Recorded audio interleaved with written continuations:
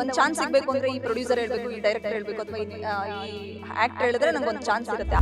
ಯಾವ್ದು ನನಗೆ ನನ್ನ ಗಮನಕ್ಕೆ ಬಂದಿಲ್ಲ ಸದ್ಯಕ್ಕೆ. ಸೊ ನಾವು ಹೋಗ್ತಾ ಇರೋ ರೂಟಲ್ಲಿ ನೋಡಿದ್ರೆ ಇರ್ಬೋದು, ಇಲ್ದೇನೂ ಇರ್ಬೋದು.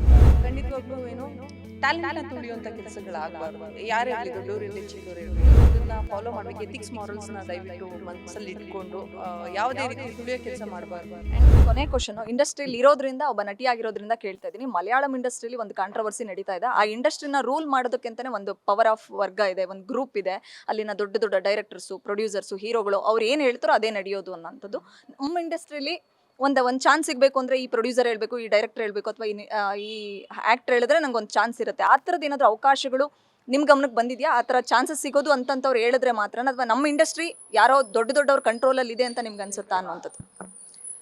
ನಮ್ಮ ಇಂಡಸ್ಟ್ರಿ ಆ ಥರದ್ದು ಯಾವುದು ನನ್ನ ಗಮನಕ್ಕೆ ಬಂದಿಲ್ಲ ಸದ್ಯಕ್ಕೆ. ಸೊ ನಾವು ಹೋಗ್ತಾ ಇರೋ ರೂಟಲ್ಲಿ ನೋಡಿದ್ರೆ ಇರ್ಬೋದು, ಇಲ್ದೇನೂ ಇರ್ಬೋದು. ಅದ್ರ ಬಗ್ಗೆ ನನಗೆ ಆ್ಯಕ್ಚುಲಿ ಮಾಹಿತಿ ಜಾಸ್ತಿ ಇಲ್ಲದೇ ಇರೋದ್ರಿಂದ ನಾನು ಅದ್ರ ಬಗ್ಗೆ ಏನೂ ಹೇಳೋದಕ್ಕಾಗಲ್ಲ. ಬಟ್ ಆ ಥರ ಇದ್ದರೆ ನಾನು ಹೇಳ್ತೀನಿ, ಟ್ಯಾಲೆಂಟ್ ಎಲ್ಲಿರುತ್ತೆ ಅದಕ್ಕೆ ಬೆಲೆ ಕೊಡಲಿ ಎಲ್ರೂ. ಖಂಡಿತವಾಗ್ಲೂ ಏನು ಟ್ಯಾಲೆಂಟ್ನ ತುಳಿಯುವಂಥ ಕೆಲಸಗಳಾಗಬಾರ್ದು. ಯಾರೇ ಇರಲಿ, ದೊಡ್ಡವರು ಇರಲಿ, ಚಿಕ್ಕವರು ಇರಲಿ. ದೊಡ್ಡವರು ಚಿಕ್ಕವರಿಂದನೇ ದೊಡ್ಡವರಾಗಿ ಬೆಳೆದಿರ್ತಾರೆ.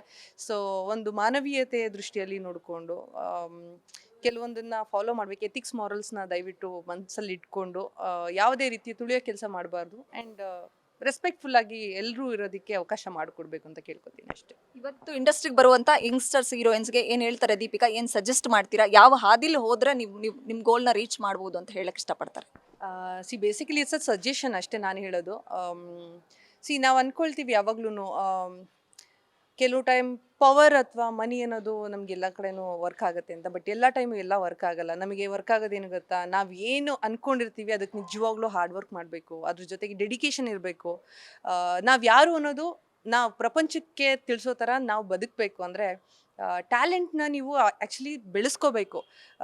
ಏನೂ ಟ್ಯಾಲೆಂಟ್ ಇಲ್ಲದೆ ಸುಮ್ಮನೆ ಸಡನ್ನಾಗಿ ಬಂದ್ಬಿಟ್ಟು ನಾನು ಆಗಬೇಕು ಅನ್ನೋ ಆಸೆ ಒಂದು ಸಾಕಾಗಲ್ಲ. ಆಸೆಗಿಂತ ಜಾಸ್ತಿ ಅದಕ್ಕೆ ಅಗತ್ಯವಾದಂಥ ಕೆಲಸಗಳನ್ನ ಮಾಡಬೇಕು. ಸೊ ಪ್ರಿಪೇರ್ ಆಗಿ ಬನ್ನಿ. ಖಂಡಿತವಾಗ್ಲೂ ಒಂದಲ್ಲ, ಎರಡಲ್ಲ, ಮೂರಲ್ಲ, 10 ಚಾನ್ಸ್ ತೊಗೊಳ್ಳಿ. 10 ಚಾನ್ಸ್ ಆದಮೇಲೆ ಏನಾದರೂ ಒಂದು ಕ್ರ್ಯಾಕ್ ಆಗೇ ಆಗುತ್ತೆ. ಸೊ ಪ್ರತಿ ಹಂತದಲ್ಲೂ ನಾನು ಏನು ಹೇಳೋಕ್ಕೆ ಇಷ್ಟಪಡ್ತೀನಿ ಅಂದರೆ, ಓವರ್ ನೈಟ್ ಯಾರೂ ಸ್ಟಾರ್ ಆಗೋಕ್ಕಾಗಲ್ಲ. ಓವರ್ ನೈಟ್ ಎಲ್ಲನೂ ಬರೋಲ್ಲ. ಸೊ ಪ್ರತಿ ಸ್ಟೆಪ್ಪಲ್ಲೂ ನೀವು ಕಾದು ಪೇಷನ್ಸ್ನ ಜಾಸ್ತಿ ಇಟ್ಕೊಳ್ಳೋದು ಒಳ್ಳೆಯದು ಅಂತ ನನ್ನ ಸಜೆಸ್ಟ್ ಮಾಡ್ತೀನಿ ಅಷ್ಟೇ. ಗ್ಯಾರಂಟಿ ನ್ಯೂಸ್, ಸುದ್ದಿ ಖಚಿತ, ನ್ಯಾಯ ನಿಶ್ಚಿತ.